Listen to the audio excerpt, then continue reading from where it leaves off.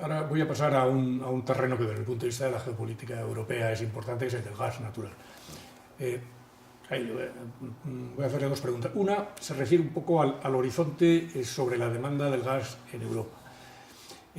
Porque hay una cierta discusión entre los expertos, digamos, los que de alguna manera están mirando al objetivo de una reducción del 85% de las emisiones en 2050, dicen, bueno, es necesario acabar con el gas tanto en la producción de electricidad como en el transporte y dejarlo simplemente como una potencia de backup transitoria además para acomodar las renovables intermitentes. Y hay otros, en concreto la Agencia Internacional de Energía, que consideran que el gas va a ser una energía importante de transición todavía al menos hasta mediados de siglo, porque creen que todavía puede tener una cierta importancia en la producción de electricidad, no solamente como backup, sino en algunos casos para sustituir el carbón, como combustible alternativo a los productos petrolíferos, por ejemplo, en el transporte y en los camiones, y que por lo tanto, bueno, que ellos prevén, de hecho, que en Europa el consumo va a mantenerse prácticamente constante en su escenario medio hasta 2040 y que la importación va a aumentar extraordinariamente. ¿Usted cree que todo el mundo coincide que el petróleo a medio y largo plazo, incluso en el horizonte 2040, si hay que cumplir sobre todo con el objetivo del límite de 1,5 grados centígrados, pues bajará el consumo mundial extraordinariamente? Con el gas, tanto en Europa como en el mundo, la cosa no está tan clara. ¿Usted cree que es más bien, digamos, de los de la sensibilidad de que el gas tiene que jugar un papel importante como combustible de transición, al menos hasta medio siglo, o cree que es necesario adoptar ya medidas muy rígidas como plantean algunos sectores, es decir, no, vamos a olvidarnos del gas para todo lo que no sea lo que es estrictamente necesario, que es su potencia de backup? Hay que partir, para responder su pregunta, de una premisa fundamental. El gas es el combustible fósil menos contaminante. De toda la panoplia de combustibles que tenemos fósiles, el gas es el menos contaminante, en primer lugar. En segundo lugar, estamos en un proceso de descarbonización progresivo. Probablemente en el 2050 muy intenso. Y no es lo mismo hablar a 2030 que a 2050. Y como la producción autóctona de gas va a descender, probablemente las importaciones se van a mantener constantes, dado que también el consumo va a descender. ¿Cuál es el consumo que va a haber de gas? Pues hay muchas estimaciones, pero la Comisión entiende que en 2030 estaremos en una banda de entre 380.000 millones de metros cúbicos o 450.000, pero son 2030. Lo que es claro que a partir de 2030 tendremos una senda muy clara de reducción a medida que se implantan las renovables. En 2030 deberemos producir nuestra electricidad al menos con un 50% de renovables, pero en 2050 estaremos en el 100%. Eso a que nos lleva a que en el sector de producción de energía habrá un papel menor para el gas, se utilizará como backup e irá ocupando posiblemente terreno al carbón, a medida que el gas viene a ser muy competitivo porque hay más oferta mundial, hay nuevos actores internacionales como Australia y como Estados Unidos, el gas natural licuado empieza a ser muy competitivo, pues veremos un escenario de más competitividad dentro del sector de gas, pero de menor consumo. Sobre todo porque la eficiencia energética va a ser muy importante en la Unión Europea, las reducciones de consumo de energía notables en el futuro, y esto per se, unido al aumento de las renovables, pues lleva a una caída de gas.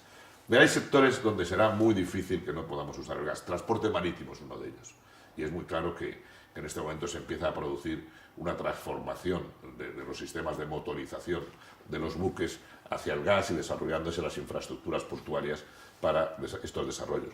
Y el transporte pesado por carretera es muy difícil que vayamos a vehículos pesados eléctricos por los problemas de batería o incluso híbridos. Por tanto, el gas tendrá que jugar un papel fundamental en el transporte. Y en ese contexto, la seguridad de abastecimiento de gas es fundamental para la Unión Europea y tiene que garantizarse gas seguro a precios competitivos. Y por eso procuramos hacer aquellos gaseoductos que aumentan la diversidad de abastecimiento de rutas de proveedores, y por eso hemos puesto en marcha una estrategia de gas natural licuado para completar el número de regasificadoras y de plantas que necesita la Unión Europea para poder tener una estructura disponible alternativa al suministro por gasoducto.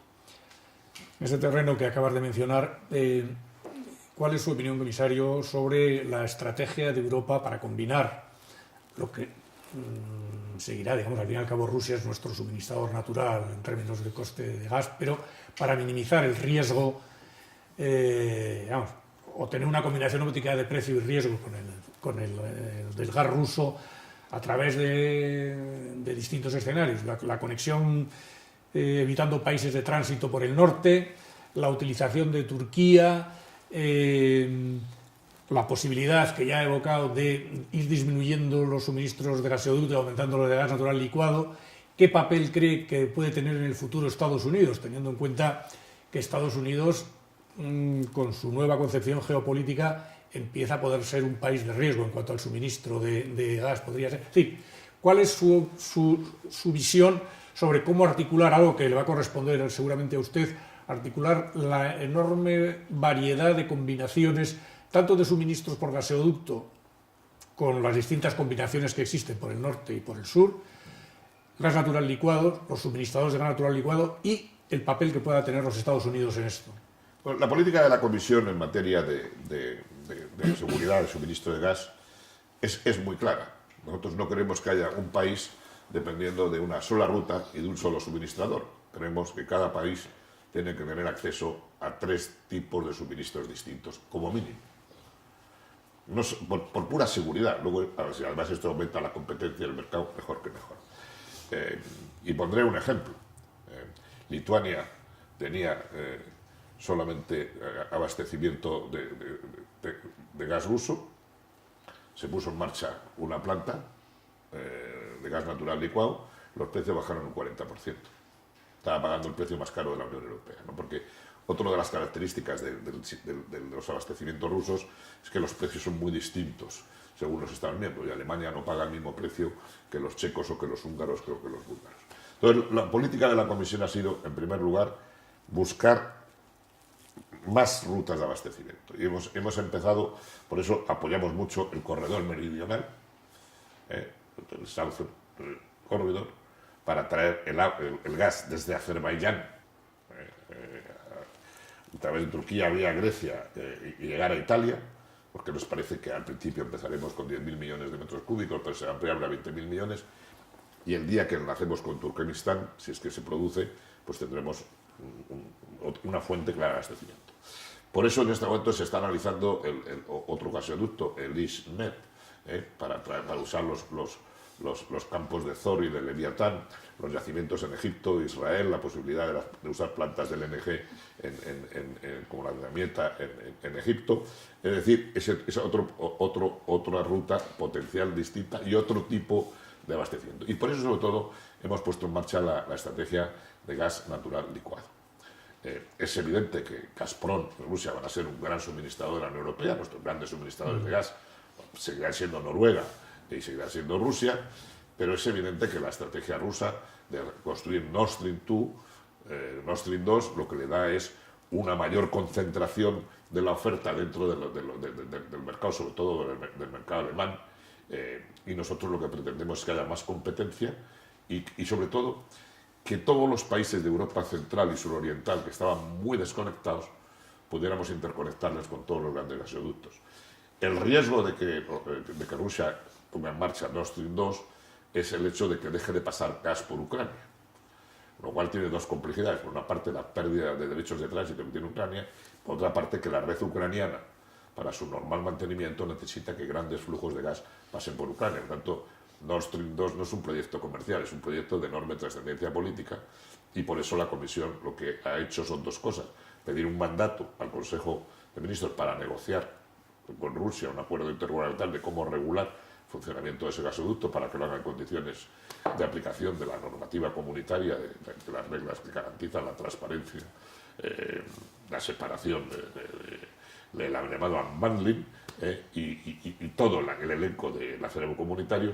Y en segundo lugar, hemos modificado la legislación comunitaria para garantizar que todos los gasoductos de la parte offshore también estén sujeta a las mismas reglas del secundario, que había un vacío legal en esta materia. Por lo tanto, la estrategia rusa de consolidación del mercado en un mercado que va a disminuir y donde son muy competitivos porque el precio del gas ruso es competitivo, la de la Unión Europea es interconectar todos los países, hacer que haya flujos reversibles para poder tener seguridad de abastecimiento en caso de interrupciones de suministro, y son dos estrategias que no tienen nada que ver una con la otra. En una parte se trata de ocupar el mercado con Nord Stream, trayendo gas vía Turquía con South Stream, y nosotros lo que hacemos es buscar más fuentes de abastecimiento, más diversificación, sabiendo que habrá que tener un diálogo con Rusia cuando se cumplan los acuerdos de Minsk, para la garantía también de nuestro suministro, porque seguirá siendo, en ese intervalo hacia la descarbonización total, uno de los grandes suministradores de la Unión Europea.